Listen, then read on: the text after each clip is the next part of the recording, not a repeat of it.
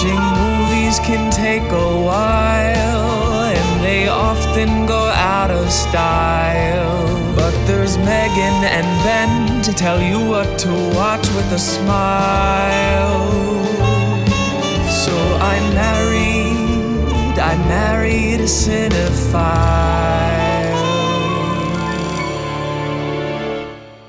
You got your water? Wait, has everybody peed? Yes. Okay, Yes. great. Thank you. Okay.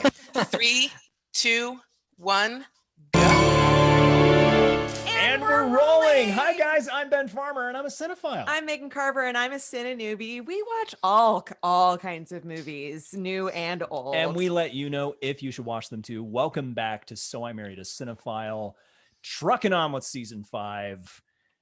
Thank you for watching, I should say, to our Patreon viewers. Yeah. You can see I'm still really stoked about this awesome new sound equipment we have. I don't mean to sound all braggy and stuff, but it's really cool because I can listen to my own voice, and I think it's I'm one like of those you're doing people- ASMR for yourself. I'm definitely an actor because I like the sound of my own voice. Yes. You're also an audiobook narrator That's because also you like the true. sound of your own I am voice. I am narrating my first audiobook Yeah. actually. So Along with props to me. a couple of firsts, we have our first guest yes, of the season. big deal. Which I'm so stoked for because these guys, I could not have picked a more perfect movie to bring these guys on. We have Connor and Dylan from Drama Podcast. Welcome, you guys. Drama. I know we'd have the little song at the start. Thank you for having us. This is so great already. Oh my God. And also, I didn't realize you did your intro, off the cuff every time. I thought maybe that was pre-recorded. No, I love it. No.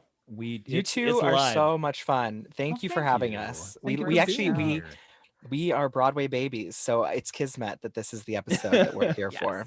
Yes. Yes. We could not have picked a better movie based on a musical, and we're going to get into it. Thank you so much again for being here. I feel like this will offer a very unique perspective on both sides as we crack this nut open. So I got a lot to say.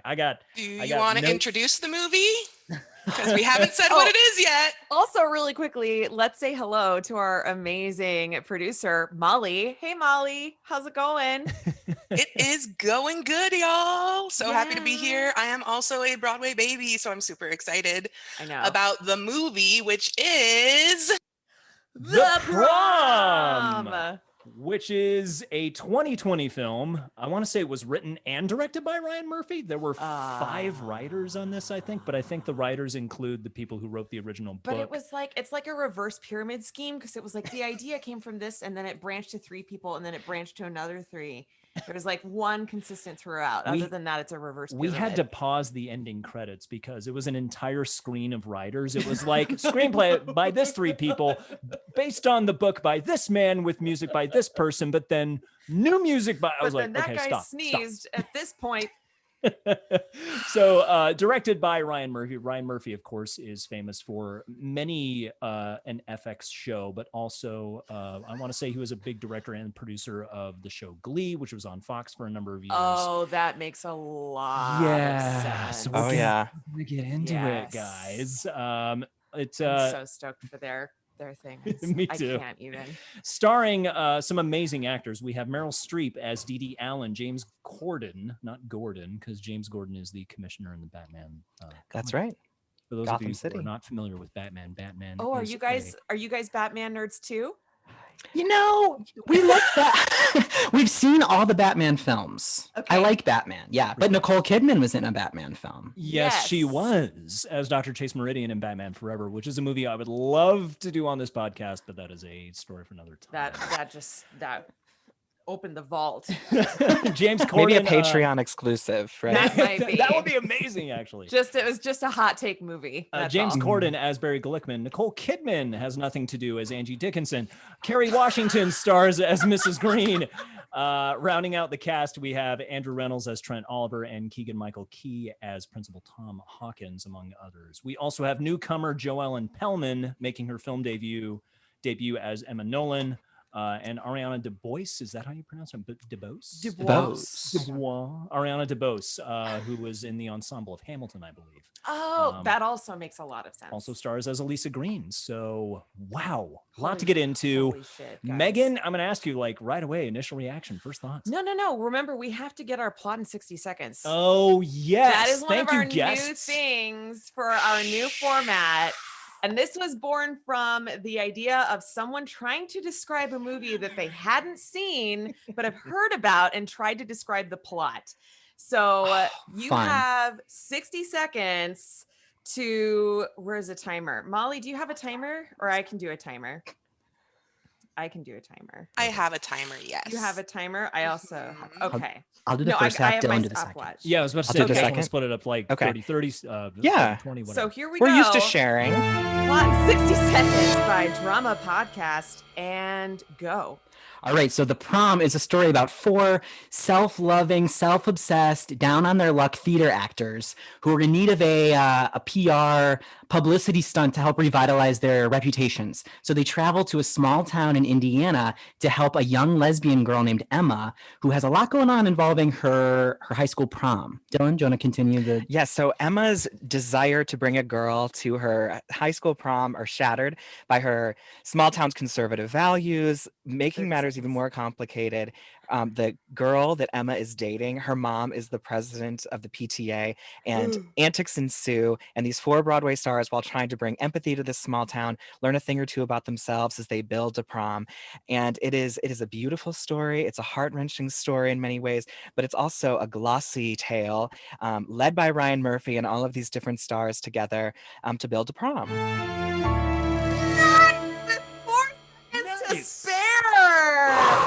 My heart is racing. I know, that was a rush. You can breathe. Well done. Like towards the end, you're like, and then it ran over to the literal word vomit at the end. And I think it all makes sense, though. That was so great. That was so really great. Nice job, guys. Yeah. Thank you. Now that we've done our first plot in 60 seconds. My first impressions, I didn't love this movie, but I really want to toss it over to Connor and Dylan because we haven't seen the Broadway musical. I had the opportunity to see it, but I wasn't able to. They have seen both the movie and the musical, so I'm really curious about your guys' first impression of the movie, since you have a much more, it's rich experience with this story. Love it. Oh my gosh. Okay, so I was lucky enough to see the musical 3 different times while it was on Broadway. Twice at the beginning of its run and then once towards the end. And I have to say, the Broadway musical, I absolutely loved. Okay. The story played so well on stage, and the book, every scene, the audience was either like watching with rapt attention or laughing their ass off. Can I swear? I can swear. Yeah. Oh, fuck yeah. Fuck yeah. Yes. And it was so, I don't want to get too ahead of myself, but the things that didn't work in the movie worked so well on stage because intimate moments could breathe, and the funny moments, everyone was laughing along. It was the musical really, I think, nailed it. And although it wasn't a huge financial success, was a much loved Broadway show. Dylan, what do you think? Anything to add there? So it's a rather cockamamie plot, as we sort of just did in 60 seconds. This idea of 4 Broadway actors going to a small town, and it's sort of this melding of 2 worlds, and the movie sort of sucked all of that away because in many ways the Prom on Broadway was a little inside baseball at times, and the humor and the book, Broadway people love to laugh at the industry, love to laugh at themselves, and in the movie it just felt a little hollow at times or overblown in many ways, as Ryan Murphy tends to do. So a major lover of the show. I only saw it twice on Broadway, but I cried both times. And I did cry both times I watched the movie, but it's because of things that it evoked. I think the source material is so strong, but unfortunately in transferring it from stage to screen, I initially felt that it was nonsensical in many ways. And I really wonder what someone, so this is where it's important that we're talking, who hadn't seen the Broadway show would react to this piece. That's us. And Molly, you said that you cried seeing this. You're like, I don't like this movie, but God damn it, it got to me. Well, something our audience should know is I'm a crier and I cry at everything. So this movie at one part made me want to peel my skin off. Hot take. And at other parts, it made me cry because I have a little queer heart. And at the heart of this movie, that's what it's really about. But it takes over an hour to get there. Oh my God. So it made me cry. And then they immediately went into Zaz and I broke out of it. Oh my God. I'm so sad about. Can we so redo the number Zaz, but like with aging and really like kind of out of it Liza Minnelli? I would love that. Oh Give me yeah. that. Or even Kristen Wiig as Liza Minnelli. I would take that. Oh. I'd be gagged for either. That's yes, 100%. Oh my God.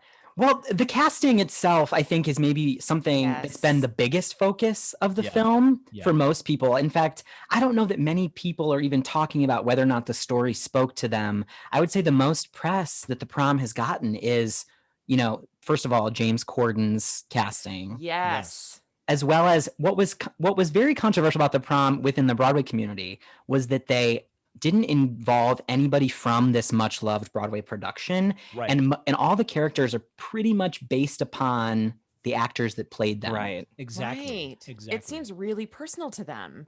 Yeah. And it was very weird that you have these, I mean, you cast Meryl Streep, who is probably the best actress of our age. Yeah.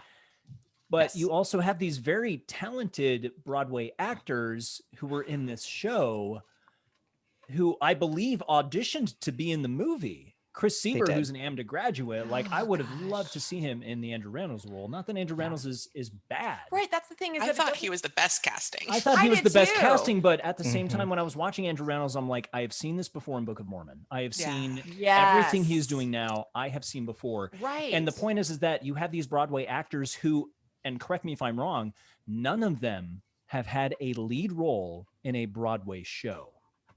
And so you cast these everybody's like looking up to these name Hollywood actors who are very well known to American audiences in this movie, and you pull the rug out from the point of what I don't know, maybe why the show even came to fruition in the first place, because it gave these actors an opportunity to really shine out front. Like Chris Sieber has done amazing work, but I don't think he has ever had a lead in a Broadway show. Do you guys know? Because I don't know. He was Lord Farquaad in Shrek. Right. Okay. But is that the lead role? You know? Yeah. Feature. I mean, for sure it's a featured featured role. role. You know, like it's a very featured role. An important role. But I don't know if it's Robert's like yeah, there we go. I don't know if it's like a lead. So that was my sort of hot take on it, of like you cast these name Hollywood actors in place of these Broadway actors who are just looking for some time to shine, you know. Speaking of like a hot take, do we want to move over to that just yet, or do we have anything else about our first impressions?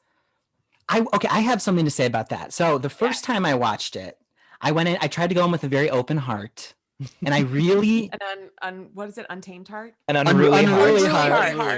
And I have the untamed heart. Right. And I will say I was very pleasantly surprised. And I was like, oh my God, this is so good. It's basically the same book and a lot of the same choreography from the Broadway show. So I was like very impressed. I rewatched it, you know, with a more critical eye. And I didn't love it as much. In fact, there's one specific thing that really takes me out. And once I picked up on it, I couldn't get into the movie for the rest of it. Do you want me to say what it was? Yes. Oh my God, just say it. Yeah. My biggest problem with the Prom is its director and its direction. Ryan Murphy, I think he failed at his assignment. And I think he doesn't really understand what it means to direct a musical. Interesting. Kind of like how Christopher Nolan doesn't know how to direct a fight. Does he not know how to direct a fight? If you watch any fight scene that Christopher Nolan has done, especially in The Dark Knight Rises, like you can't really see where the punches are coming from. Now I want Anyway, to go watch. Well, hot take on Chris Nolan. We'll get This is a very course, yeah, Batman that's with any versus Prom the viewing. Prom. it is frustrating when you think like, oh, this director doesn't know how to properly That's like transfer what's his from name stage to that directed Chicago, and then that was amazing, and then later on directed 9, and you're like, Rob Marshall. what the Rob shit Marshall. just happened? because Rob I know. Marshall has a Broadway or a stage background, doesn't he? Yeah. Oh yeah. He Mhm. does. I thought. Yes. And Yeah. he directed Into the Woods and Right. Which I still haven't seen I that. haven't seen that. Is that any good? Have you guys seen it? Pass. Molly's like, hard pass. I have a problem with almost every movie musical that has ever been made from a Broadway show. Really? You find Okay. you're a purist. You're more of a purist when it comes to the I material. found it's not even the material, and it's the same problem I had with this movie, and I'm going to say it right now, and we touched on it a little bit. Musicals should have actors that are musical theater actors. Again, So going back to my point, I'm of gonna- not casting Broadway actors in this I'm movie just was saying- a huge Ask- letdown. okay, I I'm just Don't gonna- think Meryl Streep can sing. Oh, I totally Not- disagree. I think she can Disagree. sing. Disagree. I Disagree. don't She think. can I sing. think she got cast in Mamma Mia, and then everyone was like, "Oh, okay. now we can make Mamma music." Mia Okay. was a Here's- whole train all right, wreck. That shut- was all right. Okay, Shut the door. sorry. Shut the doors. Meryl Streep can sing. Okay, but She's not the greatest singer. There it Like is. when she opens her mouth, she doesn't like, But- like take me to another place. I'm like, oh, Uh, she sings well. okay, so that was actually something that I thought you were going to say, Connor, that took me out. And this is something that happens, and it's a difference for me, at least, between watching Hamilton on Disney Plus and watching this, is that these people are lip syncing the whole time. And I get it; it's because they have a playback, but it's such a distraction when it's like, these people can sing and do sing, Right. and yet they're lip syncing everything. Yes. And the audio that they're lip syncing to is overproduced. I mean, when Emma's her Yes. song "Just Breathe," it sounds like it is coming straight out of a machine. Like she's. I also have issue with what she was probably directed to do with that scene where she's smiling the entire. I have issues. I have issues with her goddamn entire movie. performance. She's either Okay, yes, Ben, we're on the or- same page. Is it Elisa DeBose or Elise DeBose or whatever her name It is? was This is Jo Ellen Pellman, who is Emma. Right. But I was about to say DeBose she was much more compelling to me. Oh, Like, definitely. not only can you cry was on cue, great. but you are like emotionally conflicted. like you are I deeply was conflicted. bought in with her. I'm like, Emma, not so much. can we just switch them? Like, let's just flip it over. I know. But I think that Wow. also too is probably honoring what was in the original cast. I can't remember what the original cast was. Was it? So Caitlin Kinnunen was a white young woman who played Emma, and then Alyssa Green, the actress who played her, Izzy McCalla, is mixed, I believe, Okay. because they had Mrs. Green. It was a white actress as the villain of the okay. piece, whereas they made the decision to have Kerry Washington do it in Which I this. thought that was Which was a very interesting people choice. Those people exist, but Those people exist, it but still we're felt- talking about, and I don't want to get too political. We've Yeah. literally learned that Black women are the backbone of the Democratic Party. I was about to Yes. say Have a visually. Black woman Yeah, as this conservative sort of. that's a good Right. point. It just made wasn't me cute. question, yeah, it made me question why. Not so Mhm. much like why the character is doing what the character is doing, but the casting. The So much casting. of the casting, I'm like, There's why also this person? too, I didn't understand why I love Keegan Michael Peel. I think he's amazing and so talented. And I'm just like, I love you and why are you here? I don't improv is doors down. See, Why I are you thought, here with Meryl Streep? He walked into Wait, the wrong. what? He walked into the wrong He rehearsal did, and they just kept him. at the studio, and he's like, "Oh, come on in." now here the thing I felt that, and this is controversial. I felt he gave a very grounded performance. He did. You know what I mean? Did. And I think though, okay, so going back to what I was saying about the direction though, and I think all the casting comes back to me to the direction. It's hard to even really get a sense for some of the performances because Ryan Murphy is so obsessed with giving us something to look at all the time Yeah. that every Oh. single song that could have been that was very emotional in the musical, like Alyssa Green's solo number where she sings about how her mom wants her to be perfect and this is why she is who she is. Barry's number of when Barry's going to the prom. In the musical, oh my God, yeah. He's in this hotel room and he has this, everything that's happened to Barry in the entire story builds up to this moment where he is getting in touch with his inner self, making peace with the past, and has a moment where he says, you know what, I might even call my mom. Because in the Broadway musical, the mom, Tracy Ullman, that character is not in it at all. Which we can get into that story point in a second. I know. Screamed when Tracy Ullman showed up, but unnecessary. Not out of joy. I was like, with a bizarre accent. Why? I must say. Yeah. Why Tracy Ullman? But all the scenes Ryan Murphy's obsessed with. Okay, here's a flashback of Alyssa hanging up ribbons on her wall, and here's her mom watching her in class. Why can't we just watch Ariana DeBose give her truth for a second? There's not a single song in the show that is just in the movie version of The Prom that's just these characters able to truly, you know what, I can't speak anymore, so I must sing. And that's what it bugged me. It really did. And I don't know. I think it's almost like he doesn't trust us as viewers to just listen to the words and enjoy and understand the characters. Like the bizarre cuts to this fictional musical Swallow the Moon with Meryl Streep during Ladies Improving, or even during We Look to You, which is the principal's number at the Applebee's. I do think that number, the fantasy aspect of the magic of Broadway, it only worked there because it is like a park and bark number with not much character context. It's just explaining a concept. But Connor makes this great point of this happens in Glee all the time. If Connor and I watched Glee to the bitter end, and it was everything had to have a flashback, but it was always for the sake of comedy. Like you would see someone with bangs to make them seem younger or something. And in that, these characters, you've developed them over 6 seasons. In this, we are learning about these characters from where they are now, and we don't need to, they're telling us, you don't need to show us. Yes. And I totally agree. It goes back to responsibility, I feel like, falls on Ryan Murphy. This was the longest episode of Glee I had ever seen. And that's all I could think of. I'm like, I'm watching Glee for 2 hours and 15 minutes. And so then you're not wrong. Right. So then that's actually kind of a hot take. So do we want to hop on over to some hot takes about our conspiracy theories about this movie? Let's do it. Hot takes. My biggest hot take was that I don't think Ryan Murphy should have directed it. Agreed. I feel it could have been Adam Shankman who did the Hairspray film. Yeah. Actually, and Hairspray, I reference Hairspray constantly. Hairspray is not ashamed of what it is. Hairspray there are so many just great wide flat shots where you can see everything that's happening. You can see all the dancers, but it's not like we're all over the place moving with people, and there's just nothing but blue and purple and red lights because it's prom. But again, Hairspray is so unashamedly courageous in its identity that you just go along for the ride. So that is one of the rare examples of a movie or a musical transferring well to. I have something else to say. I have another director idea, and I don't know if y'all are going to like that. I don't know.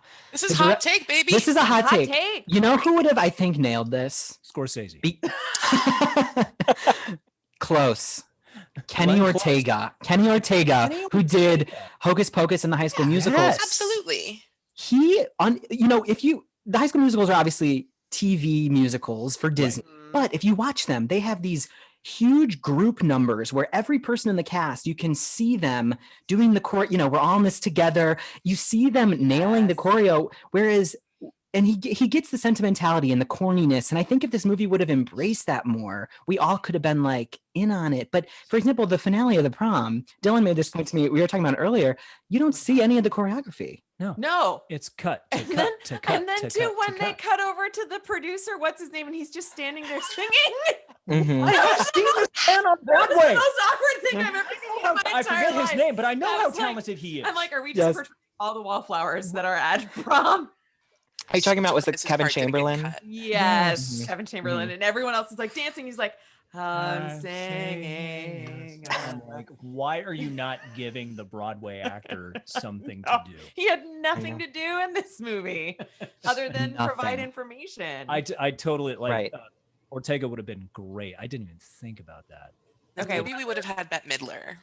As Dee Allen. As Dee Allen. Look, when I said Meryl Streep can't sing, what I should have said is Meryl Streep is not a musical theater singer. That's true. And this is musical theater. I think that's fair. I had a hard time with Madonna and Antonio Banderas. I will also agree that Hairspray is probably the most properly done transfer from Broadway to film, as well as best received. And so they should look to that. Well, if you think about it, if you think of a movie like Moulin Rouge is, in my opinion, the reason we have movie musicals today.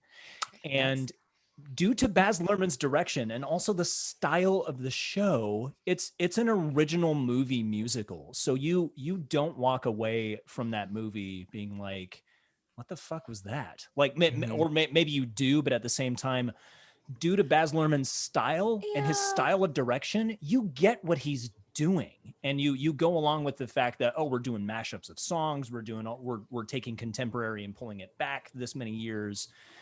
The Broadway show, which we saw, maybe I don't know if everything worked, but I feel like they did the best they could. Right. Agree. So I feel like you're very right. I feel like it has to be told through a very specific lens, and I don't think Ryan Murphy had that lens to tell the story. Okay, Dylan.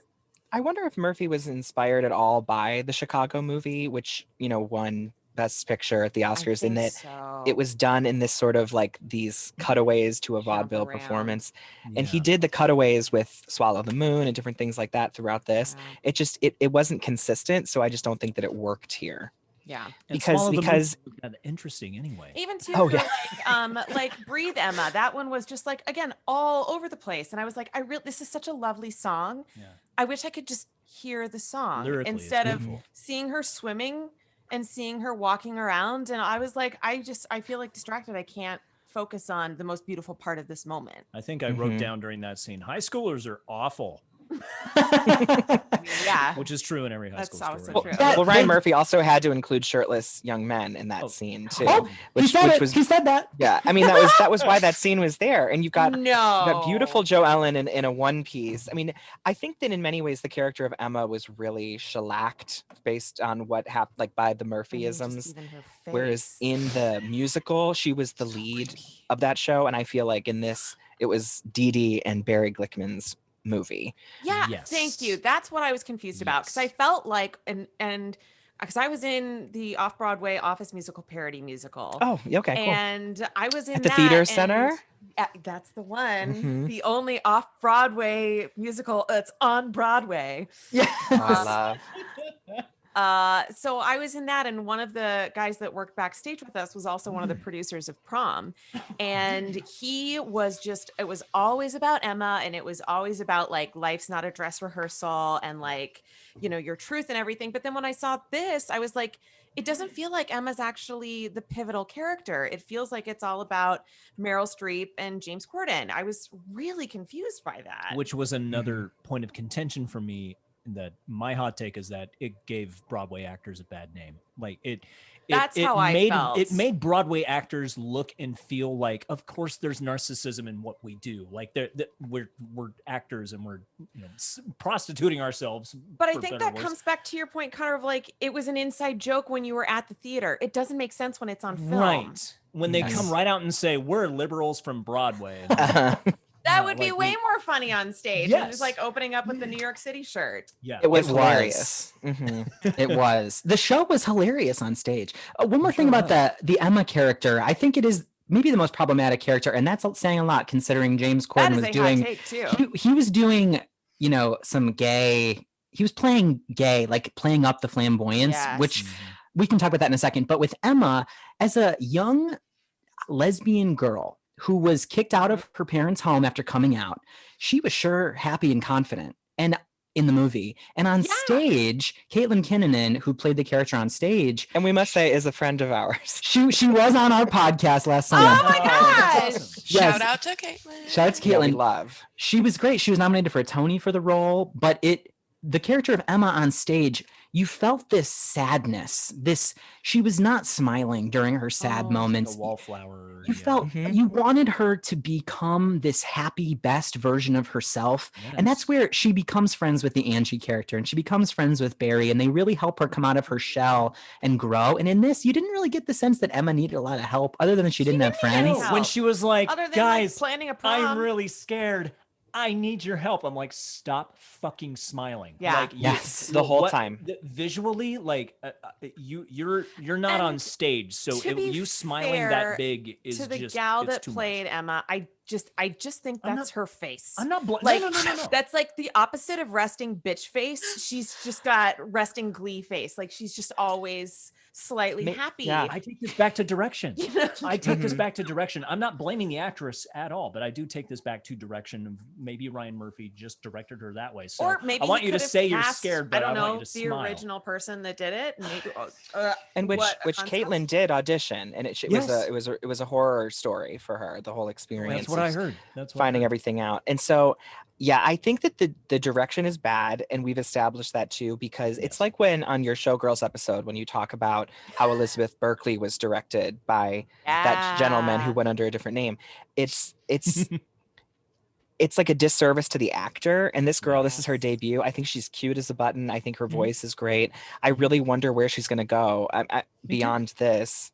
It's like the Nikki Blonsky of it all from Hairspray, though. Yeah. But she has sustained some limelight in recent years. But she shows up in random stuff, and she went to AMDA too. So I'm just like, Oh, see, Juilliard. It's always Yeah. You're Trent Oliver. You're the Trent Oliver of the pod. Trent. I am the Trent Oliver of this. 1,000%. If we were the four leads plus Sheldon, their PR person, who would be who of Oh my God, this that's foursome? great. well, Molly has to be Sheldon because she's producing this. I'm the principal, actually. Oh. I'm That's Marry actually that. 1,000% accurate. one of the only good notes that I took, because most of my notes were just like, duh, was teachers are heroes. And I just want to say that again. Yes. Teachers What are a good guy he was, yeah. heroes. Yeah. I agree. Especially I agree. to us queer kids when we're accepted Sure. Oh my in God. high school. It's very Right. relieving. I would. I feel like in terms of castability and what I would normally go out for, I would probably be the judgmental mom. Like, I can see myself doing that at this age. In like 20 years from now, Dee Dee, 1,000%. Like, maybe not even 20 years from now if they're looking for a young Dee Dee.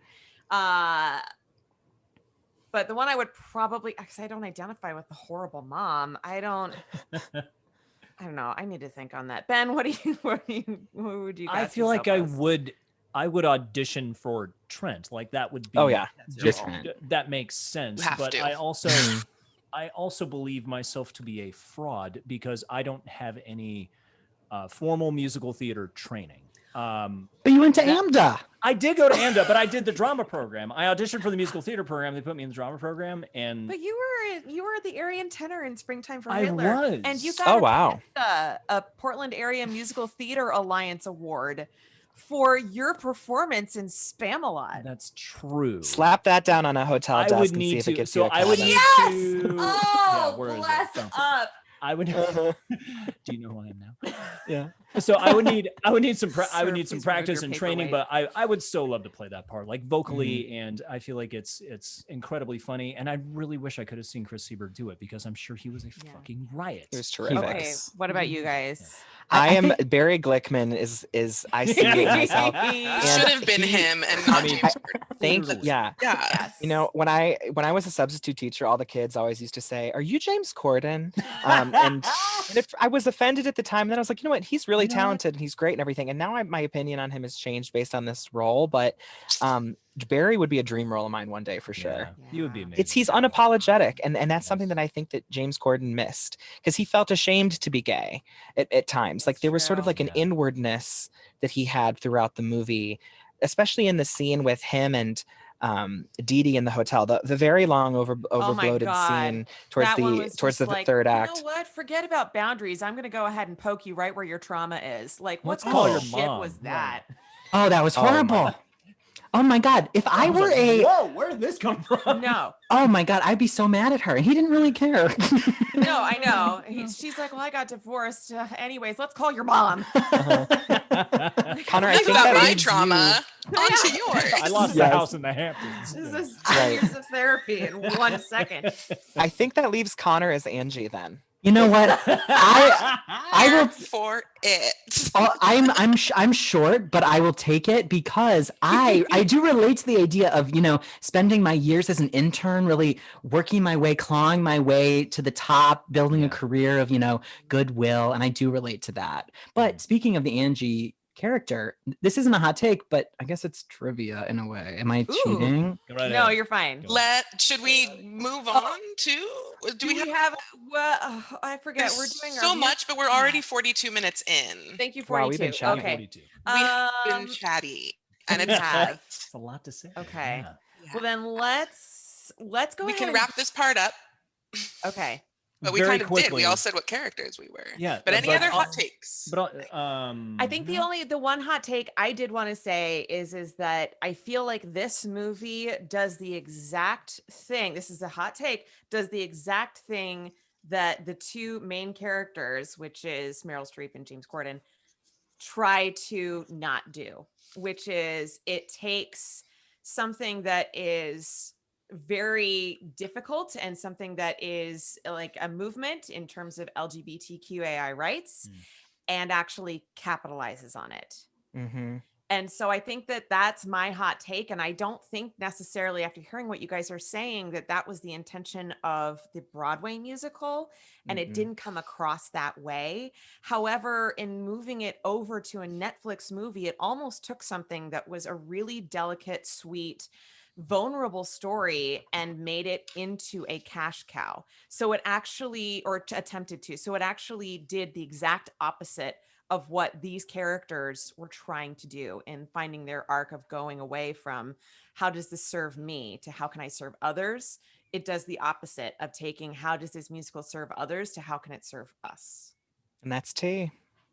That's tea. That's a hot take. I agree. Yeah. Yeah.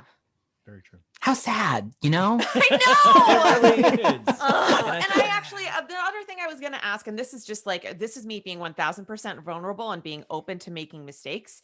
I came out as bi later on in life. And so going to prom and like going through this kind of thing was not something that I dealt with directly. And so I wonder too, if people who had this kind of situation of coming out, in a very painful time in their teen years or living in a very conservative culture, if this might have spoke to them differently, because if anyone dealing with that can relate to it, is it something that might speak to them in a different way than it might speak to me? Yeah, I imagine it does. But I didn't come out in high school. I did go to prom, but I didn't come out in high school. Same. Same. We were never allowed. I was the straight alliance of the gay straight alliance. There you go. Oh, There you yeah. go. I imagine it would because But I I'm can't not think straight. I can't think of any other films that feature, this the story of a queer student trying to go to prom and it being literally canceled because of them. Right. Yeah. That's the thing too. Just But tell it's the kid not based to on a go. true story. Right. It's based on a true story. So, and we do know that this type of thing Does has happen. happened and continues to happen to this Yeah. day. Yep. And that's why you can't be gay in Indiana. I love that. It sucks to be gay in Indiana. Uh-huh. I was curious though. It's like kind of shitting all over Indiana too, and I'm like, is that okay or is it? I don't know. At any rate, This felt like a very anti-Indiana movie. it felt like anti-Indiana. It felt anti-actor. Is that and- because Mike Pence was? It is. That is why they chose that was Indiana. why Are they you chose it. serious? Trivia. Trivia. Oh, here we go. All right. I didn't even know that. All right. Yeah. so Yeah. then That's a great segue. Let's smash that trivia music. Smash that trivia music and insert original music here. That's right. That's what Molly was doing. That's my editing cue. Insert original trivia music here. Connor, did you say you had some trivia, or was that it? Well, what I was going to say didn't let the was, cat out of the bag. oh no, you're good. The Angie role was literally played by an actress named Angie Schworer, and she developed the part. She workshopped it, and it is based on her career as a career ensemble woman who, so and I don't think it's necessarily supposed to be played by a superstar like Nicole Kidman. Right. Although I will say I did love seeing her in a fun role. I love Nicole Kidman. I liked it too. She had more to do other than wear a hat. In the Broadway version, can you answer this for me? Did she actually have more to do in the Broadway show? No. Okay, that's disappointing. She did the cowbell in the show, just like Nicole Kidman. I mean, she danced. I mean, you fully saw her dance, whereas Ryan Murphy cut away from her legs and face throughout the entire thing. And that's another thing too, where it's like, it seemed like all these actors are like, we need to somehow or another boost Emma up and get her confidence up. I'm like, she seems pretty okay, you guys. Like, and maybe the reason he kept cutting away, and this might be considered a hot take, much like Sharon Burlesque, Nicole Kidman's face cannot hold a close-up any longer. Why? Because of all the work that she has had. Oh, I think that's a hot take more than trivia. Yes. Hot take. The work she's had done is fabulous. Oh, yeah, you can never fabulous. Tell. You can never tell. Living her best life. Yes, and it sucks because Moulin Rouge again is like my favorite movie of all time. But seeing Nicole Kidman in a role like that, even 20 years post Moulin Rouge, I'm like, I really wish I could have seen her like again pull the freaking camera back and let me see what she's doing. Right when we did finally get to see her. Okay, let's hear some other trivia. Moving on with trivia. Speaking of Nicole Kidman, she turned down the role of Roxy Hart, which went to Renee Zellweger in the film version of Chicago. She turned it down and regrets it to this day, even though she is playing a character who is in Chicago, stuck in the ensemble, trying to play Roxy. What was that? It was like the girl got shingles. Oh, wow. Tina Louise got shingles. Yeah, she got shingles. And one of you mentioned, or maybe it was Molly who mentioned Evita. Someone mentioned Madonna and Antonio Banderas. Yeah, it was Molly. Meryl Streep tried to get that role so hard. She campaigned and auditioned. Really? She auditioned her ass off. It was Madonna produced that and movie. Madonna. And they went with Madonna. And I think it's because maybe Madonna put, millions of Madonna dollars produced that movie and wrote the two other songs, co-wrote the two other songs that they added into it, which don't add songs into Evita. Meryl. Meryl. Yeah. That's crazy. And I think she actually has a line. Dee Dee has a line during the song where she mentions that she either played Eva Peron or she does. They said she was too old to play Eva Peron, something like that. Right. And I think that's in It's Not About Me or something like that. It is. Some songs. Going back again to the original cast audition, but Murphy went with stars because he's making a movie and putting this on Netflix, and we need names for people to watch it. So part of me gets it, but there's a large part of me that's like, how dare you?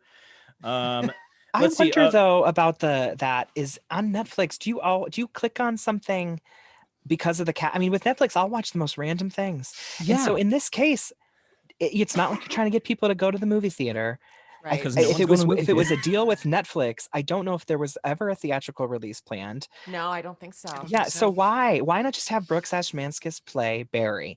Like, if anything, that would have appeased the theater crowd, and they wouldn't have been so negative about this. But I've another rant there. I agree. During the 2018 Macy's Thanksgiving Day Parade performance of a number from the Prom, there was the first. Not televised, but it was the first televised same-sex kiss during the Macy's parade of the televised Macy's parade. I remember that. So this musical, the stage musical, has made history. I feel like the movie has made history in another way.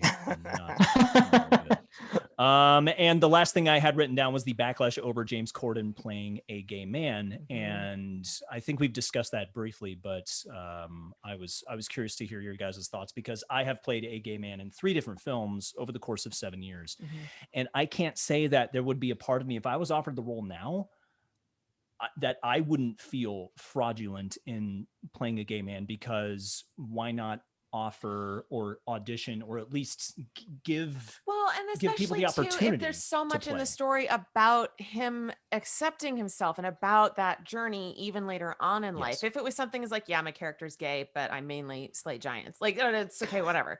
But if it's like, no, there's a whole journey and the whole movie, it's like, I totally agree. What do you guys think? Megan, you nailed it. That is what it is. It's like that lived experience or something close to it. Like, I did not get kicked out of my home, but I know friends who have, and I know the feeling of being afraid of that happening. And James Corden, the way that he winced his way through some of those emotional Oh, scenes, that's a great way of putting it. it was so false, and it felt at times homophobic.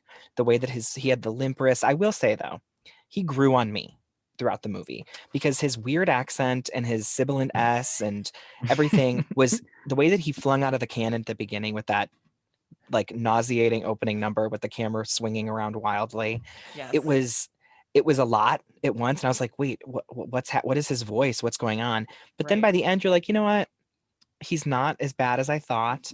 It's just the principle of him being there. And something that Connor and I were actually talking about is, and this, Ben, I don't know if you agree with this or not, but I don't necessarily need every gay role to be played by a gay man. Right. It's that experience piece with it. Sure. And I mean, we've had phenomenal Oscar-worthy performances, Heath Ledger in Brokeback Mountain, Yes. Tom Hanks in Philadelphia, different examples like that. Timothy Chalamet in Call Me by Your Name. Mm-hmm. Yeah. And no one was really hemming and hawing. I think that it's also the way that it was all presented. It just felt itchy. When we saw The Prom the last time in May of 2019, and then they announced the cast a month later, we were there the night that Neil Patrick Harris and David Bertko were in the audience. Oh, wow. And we thought, I wonder if they're scoping it out. Oh, studying. Right. Great.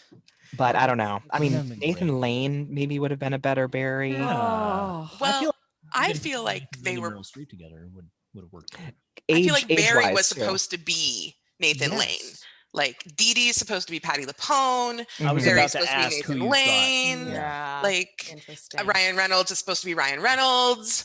Yeah. That one worked. Okay, that one Right. worked. And Nicole Kidman is every showgirl Yes. ever. Yeah. And there is a long-standing member of the Chicago company. Her name is Donna Marie Asbury, who was in the show for, I think, 19 years on Broadway. And I don't know how much, because obviously it's based on Angie Schwartz, but there's certainly a precedent for someone being in the ensemble for that long. Right. Wow. And I don't, okay, so this is the other thing too. And this is maybe just, again, I don't know if it's story or if it's transfer from stage to film. There were so many things that logistically, I'm like, I don't understand what's happening. Cause like there was, for example, where they were like, maybe this is actually, I should save this for rants and raves. Cause there was, I feel like there's a bunch of different things that I just want to go off on. Love that. Scotch. I have a lot written down.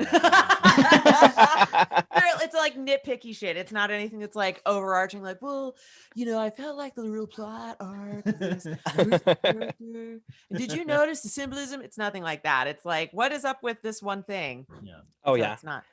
How are we doing on time, Molly? We're at 55 minutes. Holy Moses. All right. Yeah, which is there's 6 of us, 5 of us. Yeah. I can count. That's true. There is Sorry if we something. went off a little bit. There's something. Okay, we asked for it. Well, there's something I did want to mention that I made a note to remember to talk about this on the pod. But Yes.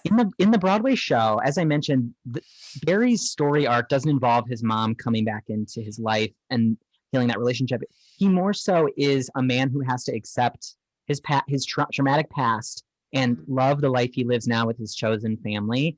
And there's a line at the end, spoiler for the show, the stage musical, but when at the prom, the one they end up with, the inclusive prom, and Alyssa is coming out to her mother, and Alyssa's mom is, at first her reaction is like, I don't want you to have a hard life or whatever she says. In the stage show, Barry says to her, and Dylan, maybe you can help me with this line, but he says something to the extent of, because Alyssa's mom's about to leave, and Barry says something like, if you don't let your now, daughter be who she is, you'll lose her. You'll lose her. And it hits you because he lost his mom. He doesn't have that relationship. I could I have chills right now thinking about it because it was so, it completes the Barry arc in That the makes a stage huge show. difference. Yeah. Yeah. And they cut that line. Can I tell Didn't you? they replace it? They Well, replaced it with like, Yeah. it's already hard. It's already hard. It's already Yeah. hard. Molly. when Barry and his mom are standing there and Alyssa comes out and her mom walks away, the thing that I thought in my head and the thing that Ryan Murphy failed to do and the writers was the reason to have that mom there was to have her stop the other mom, right? What if she had I will yell, you have to tell her you love her, like something that mother could have been the catalyst for Alyssa's mom or her to change her mind, because she just showed up at prom and was like, I love you no matter what. And it's like, I know. How? I'm dancing. Right. So like, fabulous. Like, we'll talk about this later. Look. We'll talk about this later. I'm not going to talk about it right now. Okay, I don't want your life to be hard. Right. So it was like the mom had a purpose, and we missed. Like it was missed the whole. Yeah. But Tracy Ullman's great. Okay, I'm sorry. Okay, that's Rants and Raves. We're saving it for Rants and Raves. Be sure to subscribe on Patreon for Rants and Raves. For Rants and Raves. I got some thoughts. We are gonna wrap it up now. So, ladies and germs, gents and undecided, is this movie worth your time, and would you recommend it, Connor? I do think it's worth your time, and I do recommend it. All the, we were very critical. We had a lot to say, but I do think that specifically for young people, young queer people, they can get something from this story. And it's always fun for me to see Meryl and Nicole do something fun. It's fair. And I think it's worth it for those reasons. And some of the songs are really good. Like, the One Thing's Universal, Life's No Dress Rehearsal. Yes. Yes. Dylan, same questions. Absolutely. I think it's a little long, but if I was a younger person than I am now, like when we were kids, we had Brandy's Cinderella and different movie musicals, Grease, anything like that, that I was captivated by, and I would look past any errors because I hadn't developed a critical eye. I think it's fun. I think it's heartfelt. I think you see people who are gay kissing. It's inspiring, and it's really heartwarming. Yeah. I mean, I cried at the end. Like, that's always my litmus test. There you go. Megan, worth the time, worth the watch. Would you recommend it? No, I'm sorry. No. Don't be sorry. Don't be sorry. Own it. This is I'm not the saying point. sorry. I'm saying thank you. I'm not sorry I'm late. Thank you for waiting. No, I mean, the thing is, for me, again, this is something where I'm kind of at the same adage as Molly, where it's like, if you're taking something from the stage and you're bringing it to the screen, I feel like there was the big opportunity that was missed here is that you either need to make a cinematic representation of that story, so then you need to make adjustments. I totally agree, Dylan. I think it was way too long. And then make adjustments that make sense for casting, but that didn't happen here. So I don't think that it was a good cinematic representation of what the Broadway show was. And in my opinion, as someone who's a screenwriter and who is working to adapt a movie into a parody musical, I just felt like it didn't honor the medium that it was. And for me, that was just so massively frustrating. I mean, at one point, I think 2/3 of the way through, I was like, Ben, I don't want to finish it. I don't want to watch it. I pulled a Showgirls where Ben was like, I can't watch the last 5 minutes. That was Burlesque. Excuse me. There was 5 minutes left of Burlesque, and I said I have to tap out. No, I think I was Showgirls where I was like, this movie is happening to me. How do we stop it? So I don't think that I would recommend it personally. That's totally fair. And Ben, final question. Same thing though. There's 20 minutes of really good stuff in this movie. It's like the first 20 minutes of Wonder Woman. Like it's like how Guys and Dolls is with me. There are 3 to 4 songs in Guys and Dolls that I would just, and this movie is about 30 minutes too long. There are numbers here I would cut. I feel like it could be edited down to a very succinct, not ideal version, but there's a lot of fluff in here, but at the same time, maybe that's what Ryan Murphy does best. And I try to give him the benefit of the doubt when I believe in my heart of hearts when he said, I just wanted to make something joyful and fun. Totally agree. I completely agree. Yes. That's more or less what we got. I completely agree with Connor and Dylan in that it's always fun to see Meryl and Nicole Kidman do these kinds of things.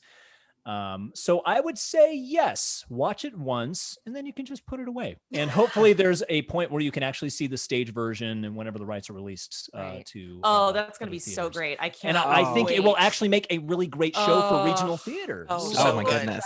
I will be swinging to get in that thing. So yes, I would recommend watching the film and just be on the lookout for a regional theater near you putting it up. I guess awesome. Excellent. Well said.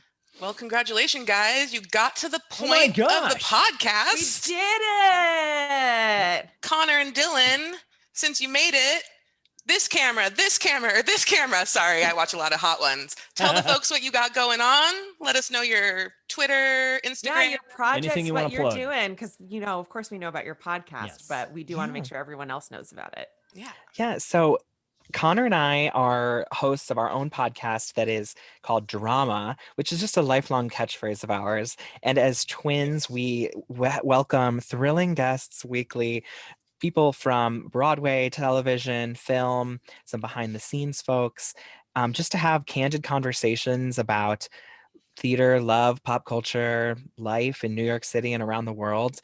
And it's truly no holds barred. And it's been a lifeline for us and for a lot of performers who miss the industry and miss the arts, but just want to talk about, wax poetic about the great bright way and everything that goes along with it. Would you have anything to add on that, Connor?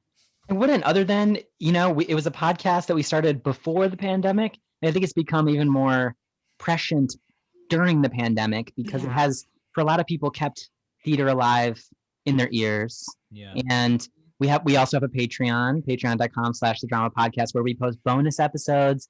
You'll get added to our Instagram close friends, which is juicy and love that. It is a great idea. Filled with drama. You get early access to merchandise, all that kind of stuff. So you can find us at The Drama Podcast or on our personal social media handles, which is just our full names. I'm at Connor McDowell and he's at Dylan McDowell. That's right. Awesome. You Thank you guys. so much. Thank you so much for being here. Thank you. Thank you. We're honored. Ben and Megan, you two have something so great going on. And Molly, it's been a pleasure. The chemistry and the banter is truly fantastic. I'm glad that you're here, and congrats on season 5. Thank you. Thank you so much. We're stoked to be here, and I think we've got something pretty exciting this season. So we're really thrilled that you guys are a part of it. Oh, thank you. I'm just glad the chemistry's still here. After 11 years, thank God. Somehow we've made it This work. keeps us in practice. It's so Molly. all It's because we've added Molly That's in. true. That's That the only helps. reason why. good. You added a third to spice it up. Yeah, added a third. Sometimes you got to bring another person. Yep. in, I literally text them every day after not having talked to them for like a year. It's great. It's so good. It's amazing. They are my I love pod, so even much, though they're you cross-country. guys. Yeah, Oh, thank thank you you. so much for coming on. And if you're a Patreon subscriber, of course, we have now our rants and raves. So we'll continue on after that. So be sure to check our Patreon if you haven't already. Please remember to like and subscribe. We have our handle SIMAC Podcast, and be sure to share and give us a little review. 5 stars never hurt anyone. There's like that one person that left one 1-star review and didn't say anything about it, and I'm like, know. you just didn't like that we didn't like your movie. You didn't like that we didn't like Star Wars. It was Ryan Murphy. That's who It was Ryan Murphy. It sure will be after this, dude. Yes. Ryan Murphy, so, if you're listening, call us. Call us. We And love Nicole to talk Kidman would with be like, you. "Thank you. I did need something to do." She's caught. I don't know why. Awesome.